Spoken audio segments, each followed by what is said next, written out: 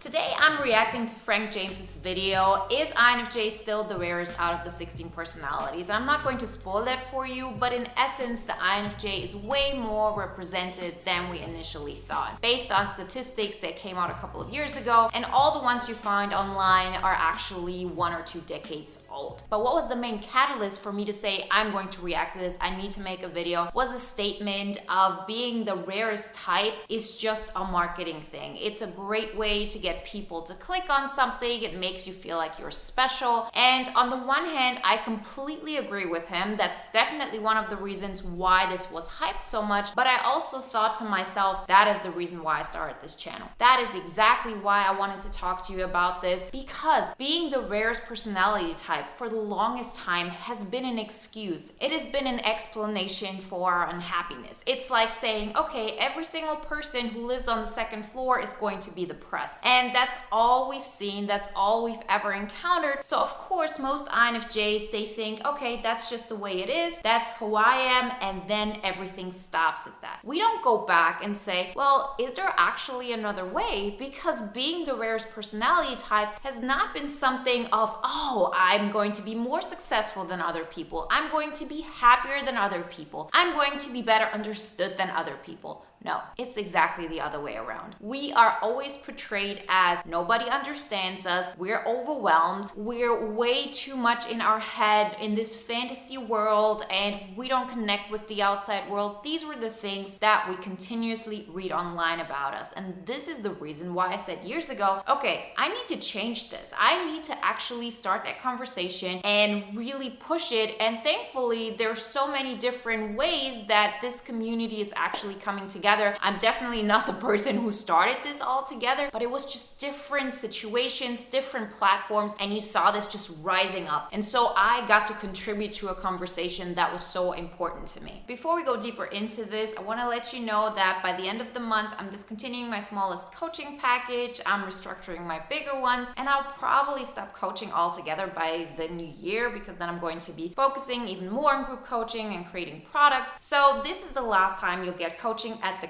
current price point. So if you're interested, make sure to book a discovery call within September so you get access to the current prices. So back on topic and why this is so incredibly important for us INFJs to understand. If we continuously have no representation at all of people who are INFJs and happy, INFJs and successful, INFJs and in alignment with who they want to be, in full integrity without having to give up anything that we think we're all about, if we would see that, way more INFJs would start their journey to what I call an INFJ epic life. But that's not the case. As I said, thankfully we're moving more into this direction, but the main point you read everywhere is, you're pretty much doomed if you're an INFJ. And similar how I made that example with like living on the second floor, it was like a death sentence. Or it was like, okay, that's it, end of conversation, and then let's just make the best out of it. So I want more for us. I want there to be representation. I want us to have more role models that show us, yes, it's possible, let's make this happen. Because yes, you have, for example, INFJs who are artists or who are celebrities,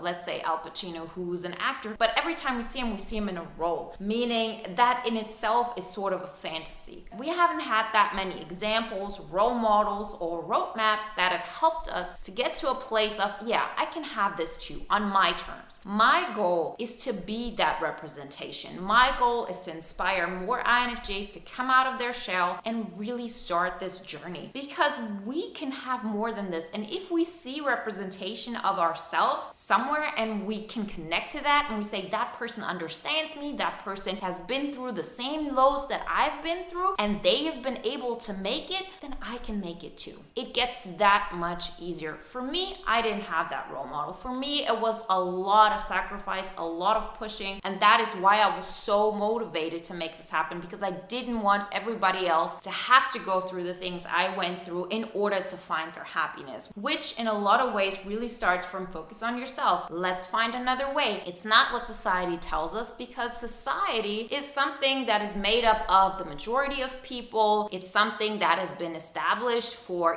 years, decades, whatever. Like it's a whole movement, and there are small movements happening here and there, but thankfully the future allows us to be more and more individualistic. I mean, think about your phone. Think about what you watch on YouTube. Think about all the things you have access to. I can guarantee you, you and your friend have two completely different sets of apps. You have different kinds of channels that you subscribe to. Maybe there are two channels you have in common, and then each one of you has a different set. So the way our society is moving forward, it allows us to be even more individualistic. It allows us to tap into our personal preferences way more. You know, if you look at, for example, TV, like 20 years ago, there weren't that many channels. You could see, okay, these are the things that are available to me and I can choose from them. Now we have, with all the streaming services, with everything we have online, there is no such thing as you have to choose between these 10 options. And if we look at the new statistics, which show us that INFJs are way more represented than they actually are always shown to be, we see always the videos for INFJs are probably the most popular from all the personality type videos. You know, it shows us, okay, there are more of us. Just because we don't see people around us, that does not mean that we're not going to be part of a movement. We're not going to be a part of living life differently. And with all the energy we put into this, and the more each one of us decides, I'm going to go down that path. I'm going to choose my own happiness, and I'm going to do this while being in integrity. I'm going to choose all the things that make me fulfilled, although it's probably not the things I see around me on a day-to-day basis. And the great thing about this is we do have representation now. Hopefully my channel is such a representation for you as well, because it is not about, okay, that's how you're supposed to live your life. It's an example of how I make choices for my life, things that have helped me, and they can help you go on your path. You know, the INFJ epic life journey. This is something I'm so passionate about because I remember how my life was before all of that. And I remember how small it was, how it felt like I was going through the day and it felt like I was in this little tiny box. By the way, if you want to have some more help with this, download the free poster on the 5 pillars to an INFJ epic life. It's a guideline you can use every day that will help you. Okay, let's take steps in this direction, and you will already feel the difference right away. These are the pillars I base also my bootcamp on and things we talk about in coaching so much. So these are really proven methods that have helped not just me, but like, you know, all the INFJs, hundreds of INFJs that I've worked with over the years, and they work. It's of course not the only way. I never believe that there's one way to do things, but it's a way that works. And so that's why I'm so passionate about it. Go check it out. It's for free. Download it, and then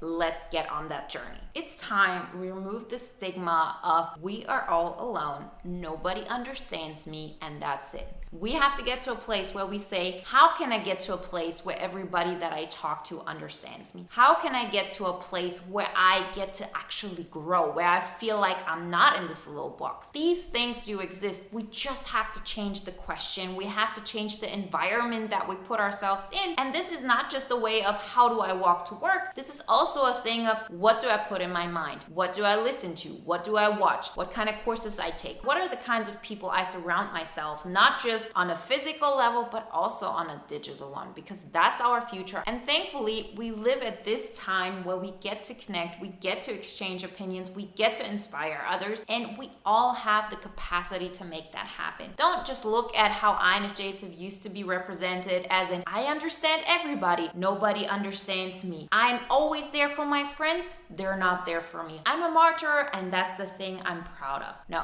we can be more than this. We can be our own superheroes. We can be the creators of our life. We can help others and ourselves feel great at the same time, feel understood, and just grow continuously. Guys, it's possible, and I experience it every single day with the people I work with. So make it a point to tap into this. Watch as many videos as you possibly can. This is free information. Go use it. And if you say, okay, I'm ready for the next step, you know I have all the offers in the description. Remember, if you want really personalized advice to your situation and get to the next level, then book coaching best now so you get it at the current price point. And if you want to watch another video now that is in alignment with today's topic, then watch the video Why Others Obsess Over the INFJ.